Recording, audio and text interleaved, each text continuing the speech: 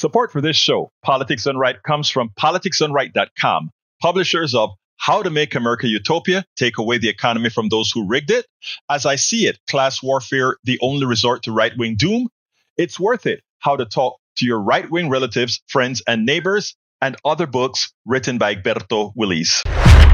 Good afternoon, good evening, good morning, whatever you happenstance in this dialogue with my good friend and a guy I am proud to know. I'm going to introduce Egberto Willis of Politics Done Right, and we are recording on Monday, August 25th, 2025 at approximately noon, Egberto's time, because he broadcasts from my old hometown, the great city of H-Town, Texas, and he's in the belly of the beast. And Egberto, I guess I wanted to just welcome you to this side of our conversation because I've been a guest on your program for several times, but my audience is beginning to expand and you're in the zeitgeist of so much that's so important that I wanted to tap into. And I thought it would be great to have a conversation. So thank you so much for allowing me your time and your insight and your wisdom. But I just want to start with this. Crazy day, crazy times, crazy month, crazy week, crazy year, everything based on what's happening in your world because of what you're talking about today. I just want to start with what's on your priority list. First of all,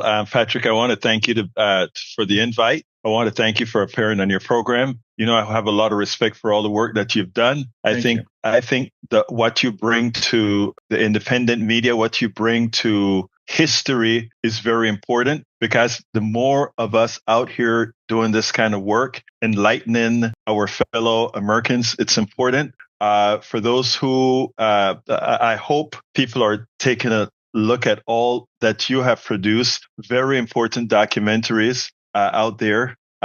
Please watch it. It's very important. First of all, thank you again for being on your program. Now that means a lot to me.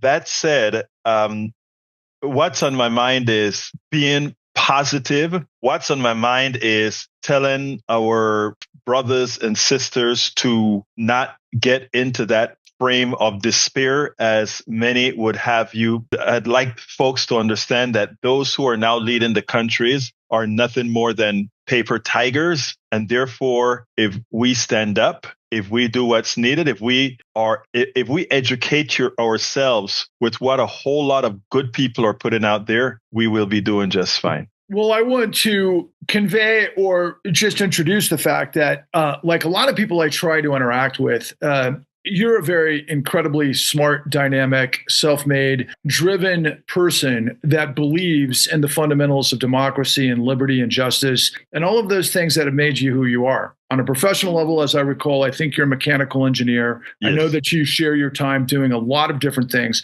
You got yourself in this space, and I discovered you years ago, now that I think about it, when you had made some comments about Bernie that I thought were incredibly stimulating and very important. We connected. We have a bit of a history. We've done some great work together. But because you are in Texas, and also, if you wouldn't mind, when you answer this question, just also say, I know you're from Central America initially, and you immigrated to the United States. I can't remember what country specifically. Is it Panama? Panama. Yes. Okay. Well, and Panama is near and dear to my heart especially because of that huge law firm that was in the middle of the Panama Papers and all the money laundering that's involved that makes the global rich in the world move to their dance is right in your neck of the woods. But you migrate to Texas, which is like the middle of the corporate universe, right? Not to mention the Hollywood, as it were, of the oil and gas industry and the immense power that the military industrial complex that kind of fosters from that, all in this corporate hub of Houston. And many of us are very interested in watching on a razor's edge all of the things that are transpiring from Texas vis-a-vis Texas Governor Abbott and all of the gerrymandering and things. Could you please start with that and comment so we can kind of look at the belly of the beast or how things are coming down the pike in Texas? Yeah, I came from Panama and I came here on, we came here on a dream, right? We got the propaganda of what America was or what America is. And to tell you the truth, that is what all the reasons that we came here is what America can be. And the people that we have here, I mean, I've met great people over the decades that I've been here, that they are in fact America, not because our government and corporations don't behave like what we advertise as America mean we're not. That said, being in Texas, as you said, being in the belly of the beast has always been difficult, but also rewarding. There's a certain thing, and you're from Houston, my brother, and you know that Southern hospitality. There is something to be said about the friendliness, etc., that resides in Texas. No matter where you are, don't laugh, my brothers. You could be in the midst of a KKK rally, and people say, "How you doing, sir?" I mean, because I've been there. I go with my cameras everywhere, and it's amazing the type of the genteelness that you have in the aggregate over here. So I relay, in as much as it's a state that has a whole lot of problems, that is ultra right wing. The leadership is ultra right wing. That doesn't accurately represent the people of the state, and that is what gives me the positivity that I have, that if we can make a change here, the country can actually make a change and be rewarded. We have problems here, and I'm pretty sure you're going to be querying me about some of that going forward. Well, I'd like to reiterate what you just said. I am definitely from the Lone Star State in my heart and soul because of what you just said. I mean, there are so many beautiful people in the state of Texas, good-natured people. But what's also so inspiring to me, and it always has been, is Texas has always been this can-do state. Now, maybe it gets a little over its sort of itself in terms of the bigness of it all, which I love too, because it's the brashness. It's anything can be done. But, when I grew up in Texas especially, I mean, it was kind of the nature of NASA. It was kind of the nature of the medical establishment. It was like the big brains of like big things are possible, right? The biggest things that are in humanity are possible and emanate from, of course, these hubs of these huge financial, commercial, cultural, corporate hubs in Texas that are, of course, Dallas and Houston, Austin and San Antonio now, particularly. I think there's 28 million people in the state of Texas. You get close to 30 million. Close to 30 million. Right. And the competitiveness of Texans, of course. But then there's this other side. And what I equate the other side to, especially in the context of we see alligator Alcatraz. We're seeing this, what is it, grizzly Alcatraz, all this kind of stuff that makes me remember back to the 70s, the sort of sense of humor, but at the same time that was depicted in one of my favorite films of all time, The Longest Yard. And The Longest Yard was a film about Burt Reynolds, who was this, he fell off the wagon, was a drunk who basically threw a football game because he was an NFL quarterback, and he ends up in prison. But there's this undergirding of the story that there was a fundamental, there's a line you don't cross. And of course, in Texas, it's like, don't mess with Texas. But in the analogy of the football, it's like you don't throw the game. That you compete and you do the integrity and the work and the comradeship and all of those things that equate with, which is this love, quite frankly, for competition, right? But yet in that story, what they were fighting was the corruption of the man. It was the corrupt prison. Who was the guy at the top of the prison? The warden. The warden. Sorry. Exactly. So I use that as kind of an analogy to kind of think of Governor Greg Abbott and the corruption that we've seen really naked, right? Over the course of the past, it seems like 15 years of nonstop things out of Texas that just boggle the mind. But these guys have been relentless with the money, with the organization, to buy the seats, to gerrymander, to do whatever they got to do to get their control of the outcome. And now it's in a situation where it's not even hidden. It's completely blatant, the corruption, and for whom. I wonder if you can kind of distill that from where you're sitting and how that plays on a national scale. I'm glad that you started with how Texas used to be and what Texas is now. Earlier, I mentioned there are a lot of paper tigers out there. There is a reality to the Texas braggadocio. People that live in this is a big, huge, expansive state. By definition, living in a state like this, you have to be that kind of a person that's willing to go out there. That's why we have the NATSA. That's why we have the oil production. And I know for those of us that are progressives, we want to get off of fossil fuel, but it took strong people to go ahead and find oil and drill. Oil brought Texas to the strength, the ganado, the kind of cattle ranching, all these kinds of things That's Texas. And these were people that were strong, people that were out there doing things. Everybody. And when I say everybody, I'm talking about all ethnicities. We can talk about the political, racist stuff, the political, ethnic, all of that is true. But you know what? You get into Timbuktu, Texas, and you have all these people working together, physical, mental, they're doing things. What we got now is a bunch of paper tigers that are not producing anything. They're not building on the strength on their own strength. They're not being the productive people that they are. They're being exactly what you said,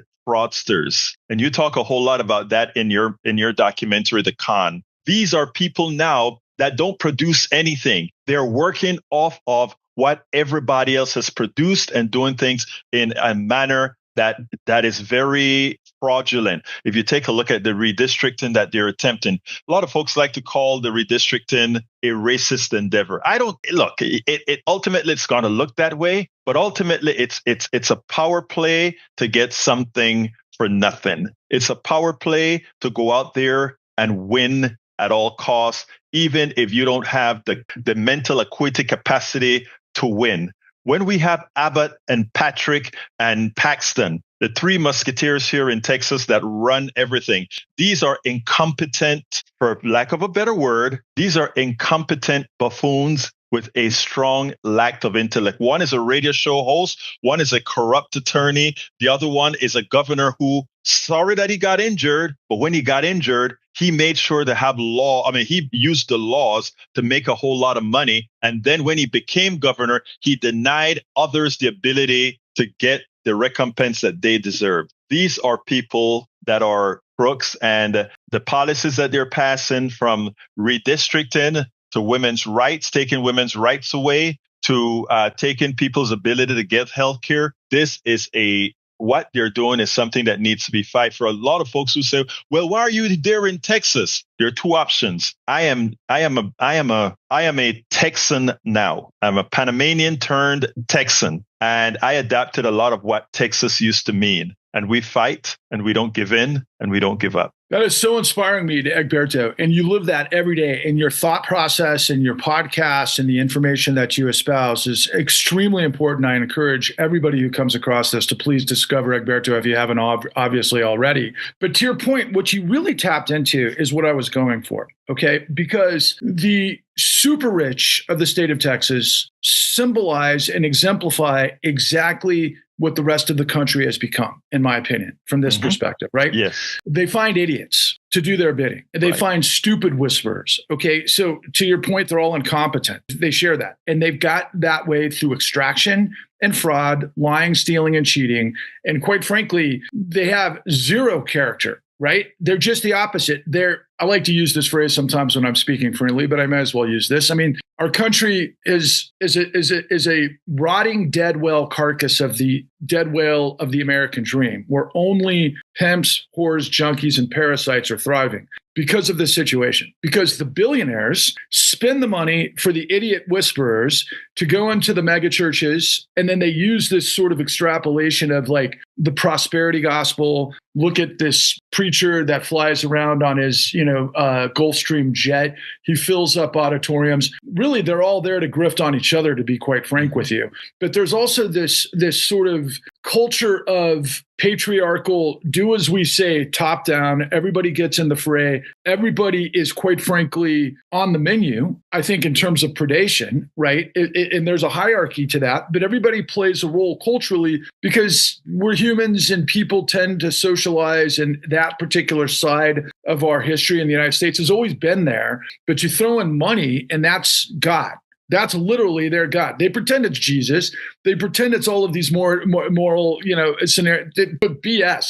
It's the prosperity gospel that's predicated on fraud. And we've seen this stuff since the 80s. I mean, I think back to Tammy and, right. And all of the cheating and the lying and the deception and all of these things. And then, of course, you add on top of that, this horrible nature of predation, that we see play out with Epstein. Now, Epstein's a different version of this, but I find it ironic that we have a president who was a 34 convicted felon that we know has basically literally raped. I mean, that's, in the case of Eugene Carroll, right, because of the legal interpretation of what he actually did. Convicted. I mean, and we can let our imaginations go wild, but he's cheated all of his employees his entire career. He's been involved with racketeering. He's cheated his clients. He's cheated his customers. His entire life is a lie. And he got elevated on the backs of this sort of this mega merger between the uber religious sect that are lying to themselves through this sort of hypocrisy, and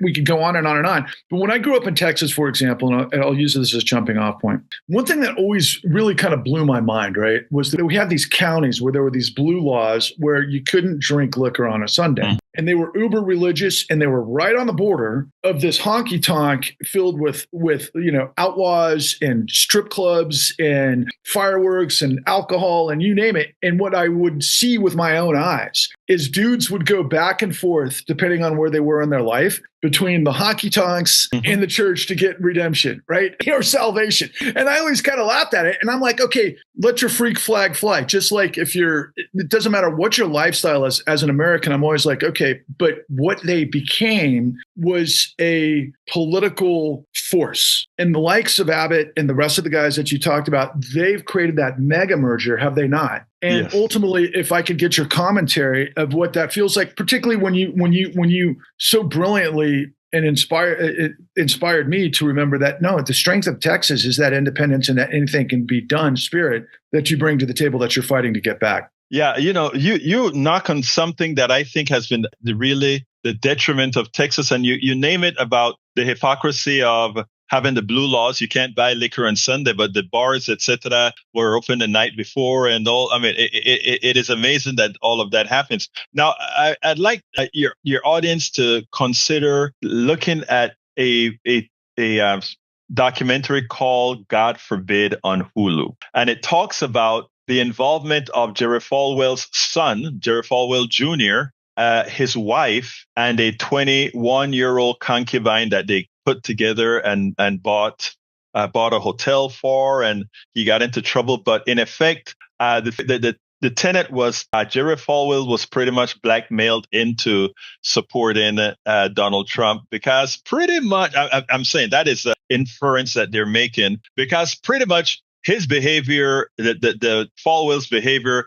was pretty much darn close to Donald Trump. But while Donald Trump had license to behave that way, it doesn't fly well with Liberty University and these other places for there to be Trump-like behavior sexually in that church. So, I mean, I think it's a documentary one can see, because it details the hypocrisy and the fallacy of what's happening in our society today. You talk about the people who are, look, one of the things that I think is bringing down most of the red states, believe it or not, is the church. And I mean it in this regards. And by the way, my wife is a deacon. My daughter's very strong in the church. So I'm not trying to hit the church too hard. But let me tell you what's happening, right? The structure of a church is that the pastor, the shepherd, has divine connection with God, and his flock follows him. And that's why politicians have gone the easy way. America has always liked to profess democracy in the United States, but they love dictatorships around the world.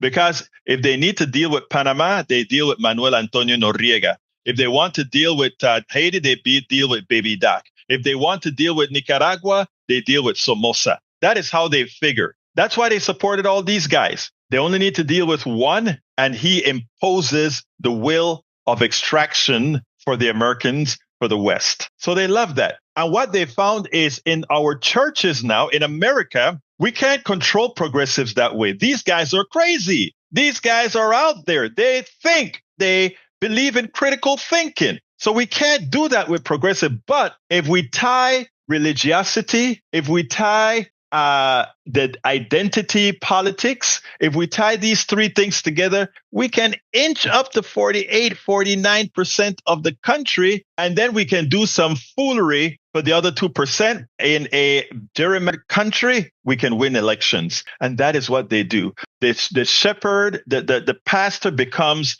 Somoza, Manuel Antonio Noriega, and all these other dictators. These are who the pastors become. And the Trump gets to pay off all the pastors for their support. The pastors goes and tell his congregation, those progressives are evil. They are the scum of the earth. You must support this man that has 3 baby mamas with 5 different kids. You must support this guy that grabs women by their you know what. You must do all these things because, after all, then we have a few kings in the Bible that weren't all that good either. So it's not all that bad that Jesus and God sent us Donald Trump. So pastors, do your job. Okay, that was brilliant. And then there's the other side too, right? Because this is where it foments and this is how it goes. And this is what I've watched, my entire life. And I kept scratching my head about it. But on the other side of the coin, we had experiments in South America, particularly in Chile and also in Argentina, particularly through in Argentina. The Chicago Boys. Yeah. The Chicago Boys, right? Okay. Yeah. So you've got this Friedman scenario to privatize everything. Mm-hmm. And so you control the masses with religion, which is really, in many ways, outside of the ardent believers and the spirituality and the wonderful things that can come from someone's own journey and all of the things that come that help us navigate this difficult life, right? Depending on where we're born, especially. But the nature of the economics of it is the experiment was to privatize, use the church to basically shepherd the flock, and then create these hierarchies, like you said, to have them in our sphere. That was, the next version of what I guess it was Roosevelt that would carry the big stick, right? When we first did the Panama Canal and then onward and upwards in the Western Hemisphere, which we're seeing and we saw from the beginning of Donald Trump 2.0, obviously why we at the Gulf of America, and then the Panama Canal and BlackRock, which is behind there. And then, of course, all things Canada and the rest of it. Okay, so this is like, we're going to break up these spheres of regional influence. And, Putin will talk about what you can have in Ukraine and Europe, and we'll have this and yada, yada, yada. But yet the Saudis, of course, which are always connected to Houston, that just kind of pilfered in my mind. But that's not where the analogy that I'm trying to go with, minus the religious theocracy. But the fact is that this is a very sophisticated approach, right? When you have, and especially, let's think about this now that we're seeing the universities bend the knee, right? So when we see these Ivy League, and by the way, I've never heard anything about Rice University. Has Rice University even, I guess it's private, isn't it? It's a private, Rice is a private university. Now, even private universities, Harvard is private also. Sure. They do get government funding in some form of the other. But remember, Rice is in Texas. Right. A red state. Oh, yeah. Right. Okay. That's that. Okay. So perfect. Right. But again, I mean, just a quick sidebar is that, what we're discovering in these Ivy League schools, because corporate America has destroyed research and development, we've relied on our institutions of education to do it, higher education. And of course, the Ivy League with Harvard and Princeton and Yale and Columbia and yada, yada, yada, they rely on billions from the federal government. And so it was news to me. And when you think about these technocrats, but they're the same types of people, right? They emanate from the Koch brothers, the vertical that have been around since the Heritage Foundation. They've been out this forever, unless we forget that Fred Koch, father of Charles and David Koch, actually built the infrastructure for Stalin's, infrastructure. Yeah. And the learning went both way, right? Because because when I saw a thumbnail today of Trump, because of the investment in Intel, that we're looking at the Politburo, right? That it's the state that's investing in central planning. So it is corporate communism or corporate fascism, depending on how you want to look at it. Exactly. I wrote an article on that. I call it Mao Trump. I got to read that. I'll look it up and let's put it in there. But to finish my thought on this, what we're in the midst of is my whole life in process, right? Because they offshored this stuff. We end up with the neoliberalism. We end up with NAFTA. This goes through many, many different administrations. And what we did, because of the middleman play of the Americans as the financial sort of vector, right? Because Wall Street is this profit motive machine that ultimately, because of all of these contracts, offshores and outsources what was once this productive capacity that, of course, Trump says we're going to bring back with tariffs, which is just lining his own pocket. But at the same time, what we're looking at, and this is what I want to get you to comment on, you're looking at a highly sophisticated group of very committed, vicious,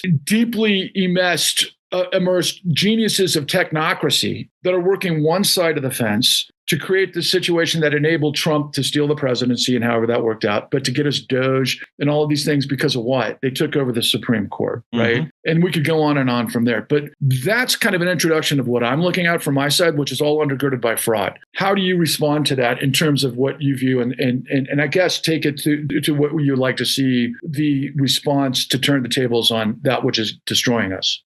First of all, I want to answer it this way. Patrick, please keep the pressure on. Your work is extremely important. And here's what I'm going to talk about in response to that. You mentioned tariffs. This is important. You mentioned tariffs. I want you to understand what's going on here. Donald, as everybody that's listening to us right now, tariffs are not paid by the foreign countries. Tariffs are paid by Americans, and it's a regressive tax, because no matter who you are, you pay the same amount based on whatever the tariff is. So you, American people, for every country that Trump applies a tariff, you pay. When he talks about all these billions of dollars that's coming into the coffers, that is a tax that you are paying. He doesn't call it a tax, so it doesn't look like he raised taxes, but it's a tax on you. Why am I stressing this? Because what Trump is putting in the narrative every time he talks, I am bringing in billions of dollars into the treasury, and those foreign countries that we are taxing,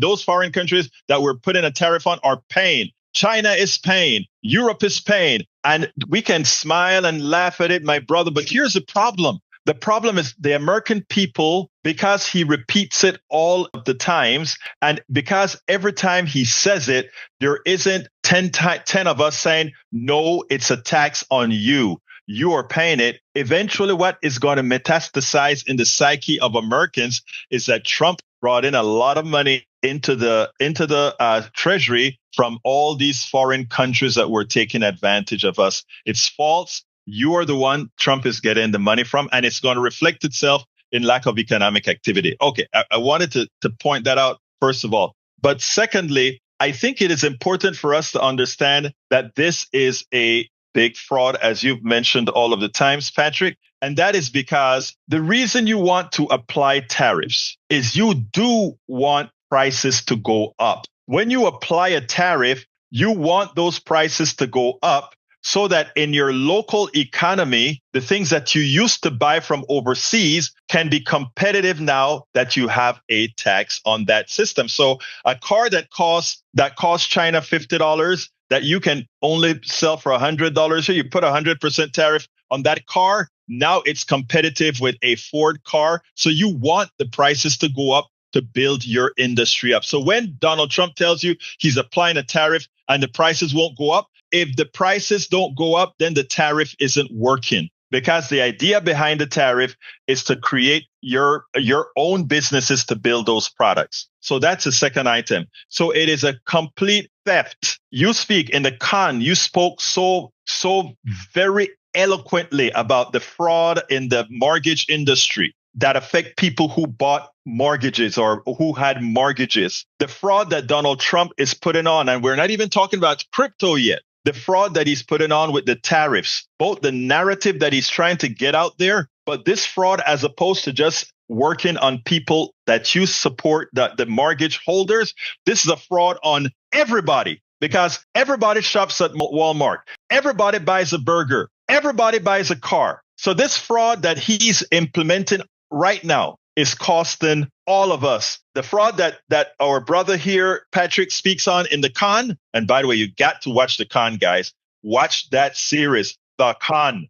I learned a lot from watching The Con. Let me tell you guys, the thing is this, that fraud that Trump is applying right now, unlike what Brother Patrick speaks about in The Con, affects everybody. Well, and to that point too, because I know I asked you a long compounded question, which I'm guilty of a lot of times, but I know you're a very smart guy and you can do it. And I want you to try to tie this part together because the fraud is global. So Don the Con Rico Pig, that I like to call him, hashtag Don the Rico Pig, because the entire government is a racketeering enterprise. Because of our work in the Con, I've become quite educated on predicate acts of a racketeering enterprise. And if I had the resources, I could probably find hundreds, if not thousands, of predicate acts every day in this administration. It's extraordinary, not to mention what SCOTUS is involved with, Pam Boende's Department of Justice, what's going on with Kash Patel and the FBI. It's incredible. It's beyond comprehension that this is where we are.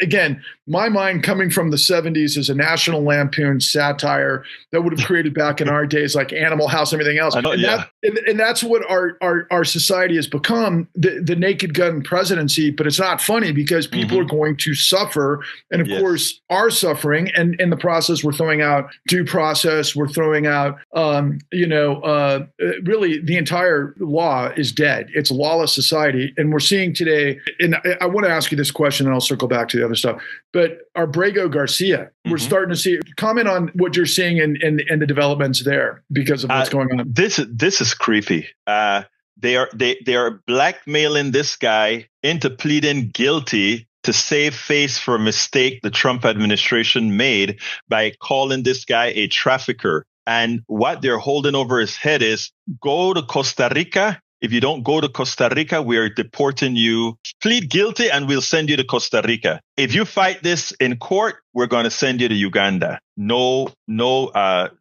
trial, no nothing. I mean, this is evil. This is actually, and I don't know the statute, but I think this is against international law as well. It's a shame.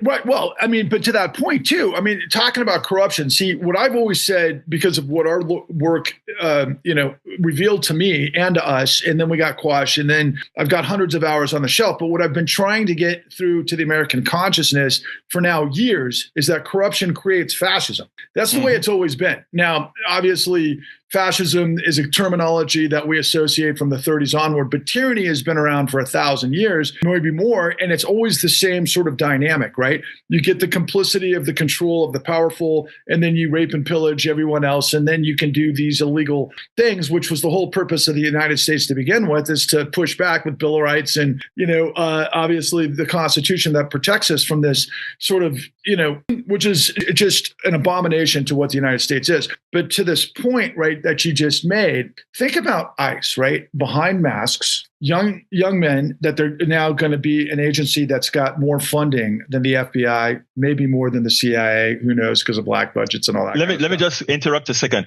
More funding than the next. I mean, only 3 armies, only 3 military budgets in the world is larger than what we are given to ICE. Just think about that. And to be what it looks like to me, a personal security force / muscle, some people like to call it the Gestapo. I don't think they're quite there yet, but a paramilitary force at least, right? And you come from Panama, and you've seen this throughout. I think about Contragate as kind of the beginning of all of this stuff, all emanating from Central America. But all of this in service to a 6-time deferred a guy who completely lied to get out of his military service. Maybe it was the opposite. It's 5-time deferment, 6 bankruptcies, almost a 7th because of what didn't happen with Letitia James. And of course, they just got rid of the $450 million fine. This guy's pocketed over $5 billion that we know of in terms of all of these things happening with crypto and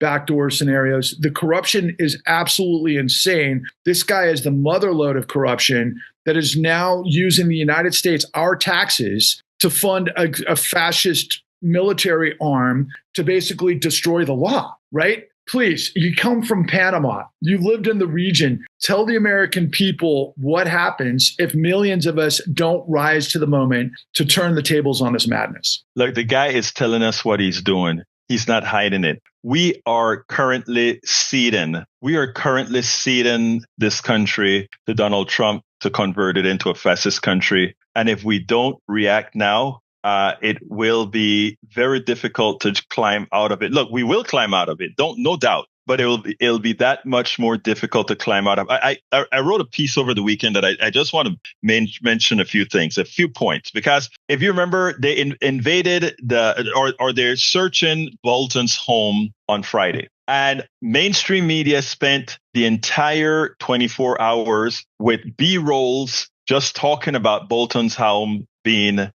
searched. There's a lot of other stuff happening, Patrick. There's a lot of more important stuff happening, Patrick. But we were focused on that. That's all these guys know how to do. Focus on one thing that Donald Trump uses to move our heads away. Now, getting back to the subject at hand, Donald Trump is making a $200 million improvement onto the White House for a golden ballroom. He's modifying a 747 to make it a luxury Air Force One. He's also doing many other things like what he's doing with the Justice Department, etc. He is not. A lot of people don't want to believe that this guy is setting up for a third term. But everything that he does, because none of this come to fruition till near the end of his term, will. If you don't understand that this guy is putting the military in the streets to get us used to having military in the streets, paramilitary, as you mentioned before, like we had in Panama during Manuel Antonio Noriega. If you don't understand that going into democratic only cities is a means of giving legitimacy to his fascism by depressing the vote in blue areas, so that yes, when the vote comes for can he run for a third term, and the Supreme Court says, well, yes, and they find some loophole to do it. Look, the Constitution has a lot of things that people think are very airtight that aren't. People say birthright citizenship is airtight. I'm a naturalized American citizen. I am scared to death, because if the Supreme Court decides to forget about literal interpretation of the Constitution and say, you know what? That birthright citizenship and absolute citizenship was really meant for slaves or the enslaved. So therefore, the rights, we don't really need to accept the rights for others. There is a lot there. If people don't understand the elasticity of the Constitution, I mean, there was once a time that the conservatives believed in originalist theory and believed in I forgot how they named it, reading the Constitution literally. Not anymore. Not anymore. So I can foresee that Donald Trump is building the case for a third term based on what he's doing, the airline, the boots on the ground, the ballroom, because why do you need a ballroom that big? No other president wanted a big ballroom, but you like that kind of stuff. But you won't be able to enjoy that kind of stuff because the ballroom won't be ready until you're about out of office. Why would you do all of this if you're not going to make the try? Why do you send pizza boxes to judges to put them in fear? Why do you do all these things to put your judges in fear? Why do you get a Congress that is so sycophantic towards you that even as they know, they voted for the big bad bill, a bill they know are going to harm people, and a bill they know will hurt the people in their own communities, and they still supported that? Why would they do that if you have a president that is really on his last term? What do you call that phrase? Is it lame duck president? If he's really a lame duck president, you have no fear. So folks, read between the lines. The fight is not what we think the fight is. And unless we see what the fight really is, we're going to fail in the short term. Well, and that's what our work, The Con, taught me, right? I literally had to go on a mission because mainstream media didn't tell me what I was experiencing. And suddenly I started pulling the threads, and it led to the revelation of the largest racketeering enterprise in history that never ended. And I'll say this in terms of, my perspective, and I hope that you can comment on this. And we got another 20 minutes here, and then unless you need to jump early. But no, that's fine. I'm so fascinated by your points. They're incredible, my friend. But so I'm born in the late 60s. I'm born in 68. Obviously, that's a tragic year. A lot of things have taken place. Mm-hmm. It's a big pivotal year. But I grew up kind of, again, in the 70s, in the 80s particularly. I know all of the things that were taking place, but I always had kind of an understanding of satire. You know what I mean? Bugs Bunny was what I grew up with, the cartoons as a child. And we always looked at power through the lens of Bugs Bunny, kind of just pulling one over on these guys that were trying to force Bugs. I mean, it was just this American sort of dynamic to be able to be like, I know what the hell's going on here, and I'm going to run circles around you, not the other way around. It was a competitive dynamism is kind of what I'm trying to get at. But when you look back through American history, right, and we all know that people are flawed and nothing is ever perfect, and that we can always, rain criticism for every particular, part of our history. But this is the lens I want to offer for this dialogue in terms of where we are. So obviously, the American Constitution has what Martin Luther King would later say, I just want us to live up to what we live true to what we put on paper. But ultimately, we know that there was the 3/5 statute and then all of the federalism and then all of the negotiations that would enable slavery. But the other side of it is that there was this expansiveness, right? And so the expansiveness goes after Native Americans down south, after we purchase the Louisiana Purchase was the greatest purchase, quite frankly, in history. But the forces moving west and, the war with Mexico and everything that elicits for the state of Texas. But what you really kind of look at when you read between the lines, especially when you know the history,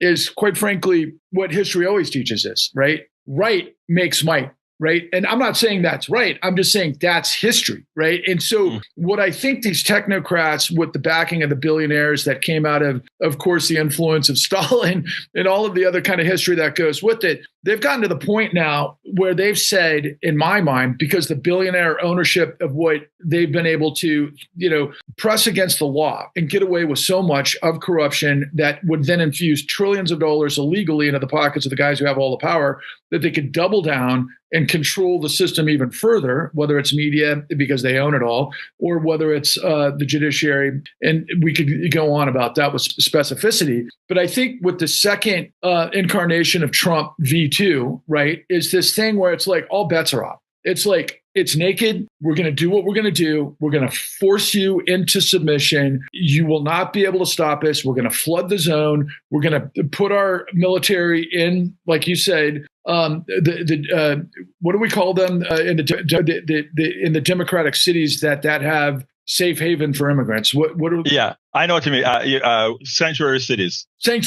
and so forth. So it's right, because we're not seeing those in Texas and Houston and so on and so forth, right? Which I guess they consider a bastion of what actually their power emanates from, right? So here's the logistics of the question. We, the people that believe in liberty and justice for all, have a vehicle in the Democratic Party. The Democratic Party is a big tent, and the big tent has different versions of effectiveness. We're seeing, obviously, Governor Newsom, Governor Pritzker, Governor Abbott, not Abbott, I'm sorry. Hochul. Yeah, right. And the other big states, pushing back in the way that they're going to. But then you start to see like Missouri and some of the others that could pop up that could maybe really screw up the Electoral College. But all that being said, there's one dimension that I continue to have a major problem with that I want you to address. The kleptocrats, the big money, have complete control over both parties. Now, are there a difference between billionaires that might run with Governor Pritzker that are different than, let's say, the Koch brothers that created they're different. They've got different initiatives and everything else, but they're still the kleptocrats. I'm curious how you resolve this scenario, given where we are in the spectrum, especially since your upbringing and who you are and coming from Panama, knowing what, the royal elite can do. Where's your head in terms of where the zeitgeist of the Democratic Party needs to be, and what gives you hope and what gives you the opposite? Let me first address the first thing that you talk about might makes right. Okay. And you mentioned that earlier. Let's come to the reality that we have made the Constitution do whatever we needed it to do, to take and to do whatever we needed to do. When we ceded land imagine I'm saying this, when we ceded land to the natives, when we found resources in the Black Rock and in the Black Mountains, we went ahead and we went against our treaties. There's never a treaty that we have actually lived up to. We signed a treaty as recently as with Iran, and of course we broke out of the treaty. So America only follows treaties as long as it is in our, as long as we like what's going on. Thereafter, we will simply ignore treaties. That's who we are. That's for the billionaire class, those who are the people in control of those mechanisms. Yeah, exactly. That's who we are. So when we get that part out of the way, with respect to the Democratic Party, what I tell folks all of the times is we are in a duopoly. Unfortunately, we're in a duopoly. And the only party right now where we can have some power is and when I say we, I'm talking about the freedom lovers, the people who want good values for the American people, is within the Democratic Party. But as you've quite eloquently point out, the kleptocrats are funding both parties. But they're not funding Alexandria Ocasio-Cortez. They're not funding Maxwell. They're not funding Lee from Pennsylvania. They're not funding a lot of these folks that we have actually seen win. They didn't fund the judge who won in Wisconsin. So here's what I'm trying to say. Our main goal right now is to build up worthiness in the average American citizen. The average American citizen had been beaten down. Also, the average American citizen have been indoctrinated. We have been led to believe that there's something special about billionaires. We look up at billionaires. We look up at multi-millionaires as if they have something that we don't. The reality is we have something they don't. They are exactly as Patrick defined them. Kleptocrats. Let me back up, and this is a lot of people are. I hope you take this right. First, let me tell you what I believe in. I believe in true free enterprise. That's what I believe in, with a strong social safety net. That ain't capitalism. Capitalism by design is an extractive system that abstracts evil. Good people form the part of our capitalist economy. And I'm going to go where I'm going. I just need to kind of break this down.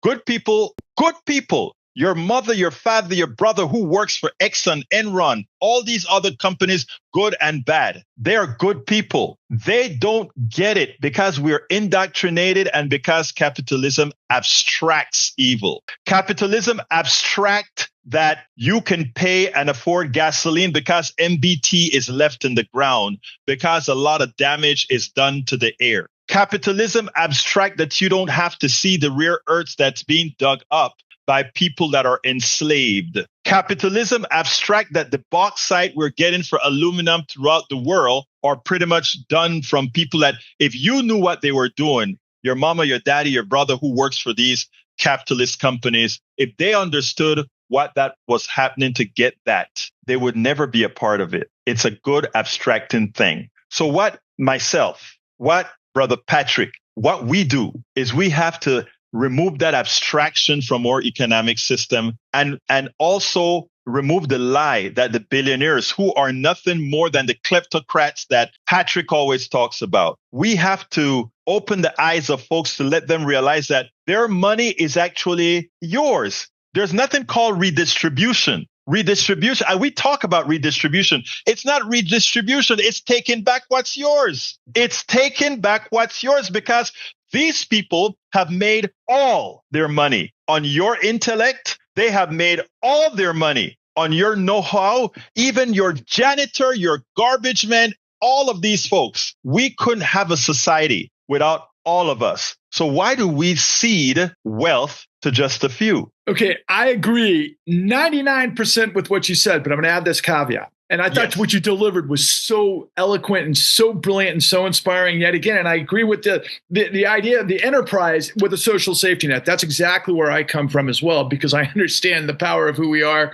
and the immensity of what we are and how you have to have a hybrid. And that's another conversation. We can talk about details in another day. But what I would offer, and I think you did a very good job doing it, is that we have to redefine what we think capitalism is, really, because we're not a capitalist country, is what I'm telling you. And this is where I disagree. Because of what my work that leads to what this is behind me, the Clean New Deal that comes from the con, is we have a kleptocracy that controls the system that, to your point, extracts, but through theft, which is criminal on the books, which is why corruption creates fascism. Now, the ins and outs of what we discovered, of course, which I've said to you on several occasions, which is, my friends, this entire system was bankrupt in 2009. It choked on its own poison because it created through what we call control fraud, but just massive racketeering, theft after theft after theft, and all the different arteries of what makes up the housing system. And by the way, all commodities at this stage of the game play by the same rules, especially when you can create fraud, which is illegal theft by deception, through all myriad of what Donald Trump's done his whole career, which he lies, denies, switches the blame, and implicates, which is a falsification presidency. The guy's a Rico clown. Again, remember, Donald, let's see, what did I say? Let's see, it'll come back to me. Rico Pig, Don the Con. You Rico had a Pig. Good phrase, man. Don the Con, Rico Pig. Don the Con, Rico go. Pig. But what people have to understand, Egberto, literally, that, and what I show you in all of our work is that the system was able to backdoor itself through the Federal Reserve illegally because of the statutes and what's been on the board since, and we could talk about economics and fiat currency and yada, yada, yada. But they literally gave themselves, through 3 presidencies, north of $71 trillion since 2009. We have a GDP of 25 trillion, which is 300 and some odd million people, full, scope of goods and services in the entire economy. I think the financial system of the billionaire class, the private equity, hedge fund, so forth, roughly 300,000 people that got $71 trillion to basically destroy this country. And so we don't have time to go through the whole Clean New Deal right now, and hopefully we can save that for a later date. But I want to just maybe introduce this part to get your final closing comments on this, because I know you won't argue with it, but at the same time, I'm curious how you extrapolate it. So what we're talking about is a perversion of power, right? We're talking about an inversion of facade, the kinds of things like if you go to church and you believe in God and you believe in the precepts of God, but if your actions aren't aligned with your principles, you're in disarray. That's what this whole system does through deception. Okay. And deception, to stay within the biblical reference, is the work of the devil, right? For all of those who believe in, the kinds of things that lead to Armageddon and the rapture and all that kind of stuff. But what we have uncovered, and these are the questions that I think of as a Rubik's Cube, and you're an engineer and you know how to do all of those sorts of problem solving. There's 4 things that exist that fully reveal who we are. We've got qualified immunity, which means that police can shoot with impunity whoever they want and be above the law. There's reasons for that, but that's a major problem, especially when you're thinking about ICE and martial law.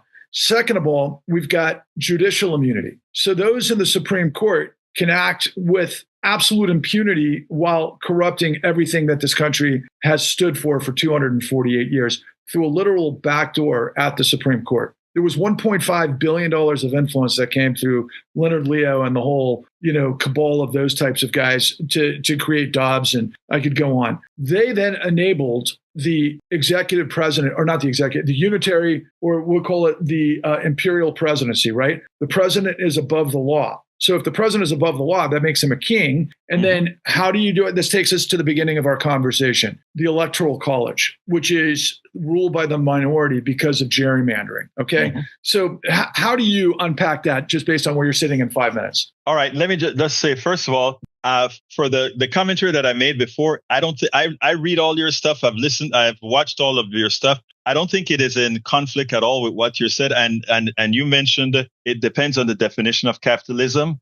My definition of capitalism is what we have today. That's called capitalism. I know your definition, but it has to be different because you do believe in capitalism, and I believe in entrepreneurialism. Entrepreneurialism. That's different. And I believe in see a need, fill a need. Go ahead.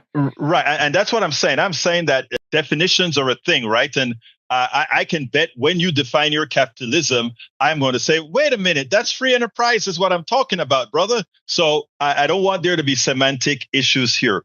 I read your stuff. I listen to your stuff, and there's nothing in your stuff that I can possibly disagree with, nor that I think is in conflict with what I said before. Right on. Okay. So I just want to clear that point up, first of all. Now, secondly, as far as perversion of power and the Electoral College itself, I don't think we have the solution to that until we complete what I said before. And that is, we have to treat people like human beings, and that are like human beings that can think.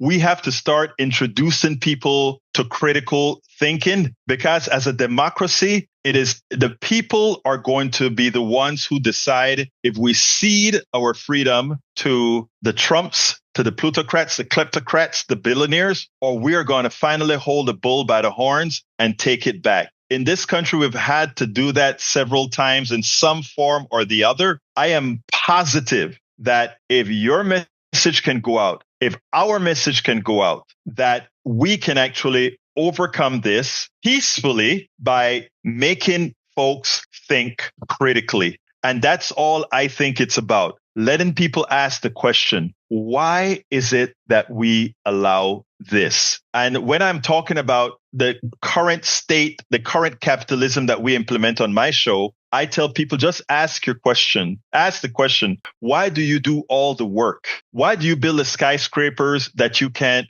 go into? Why do you build the gated communities that you will never live in, that you'd never live in? Why do we do all these things? We are the intellect. We are the ones that do the work.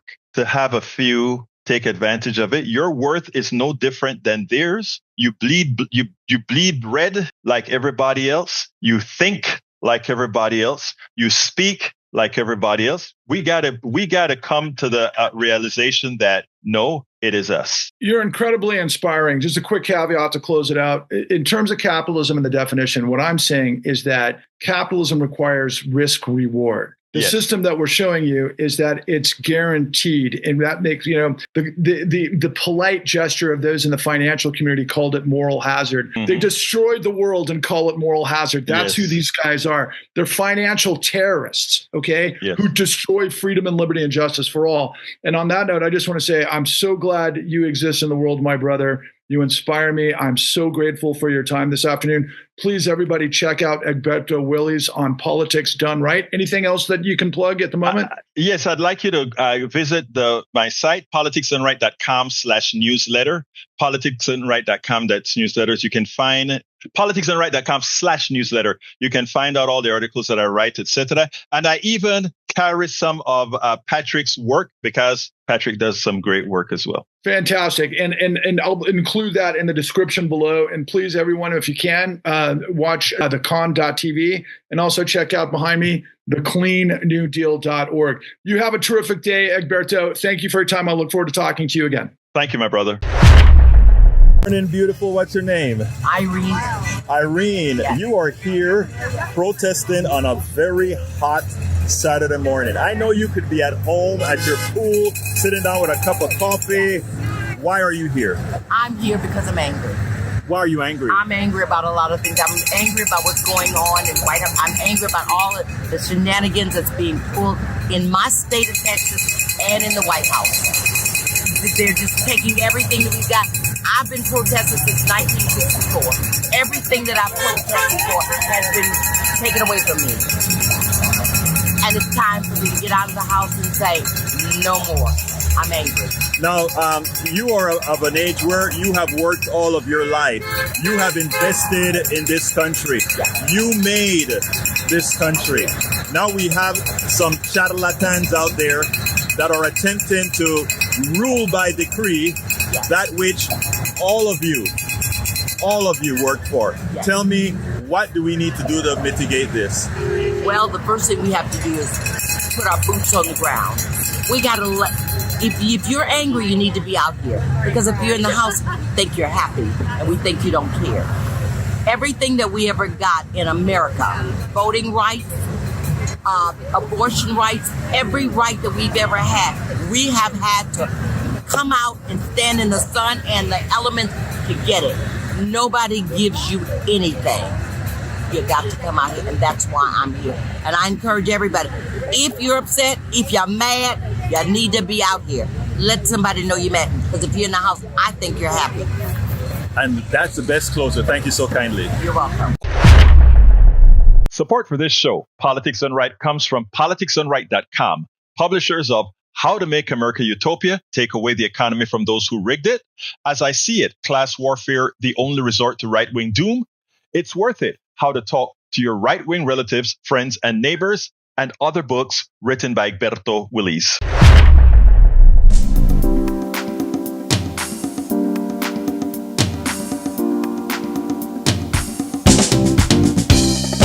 Welcome to Politics Done Right. I am your host, Egberto Willies. This is a progressive program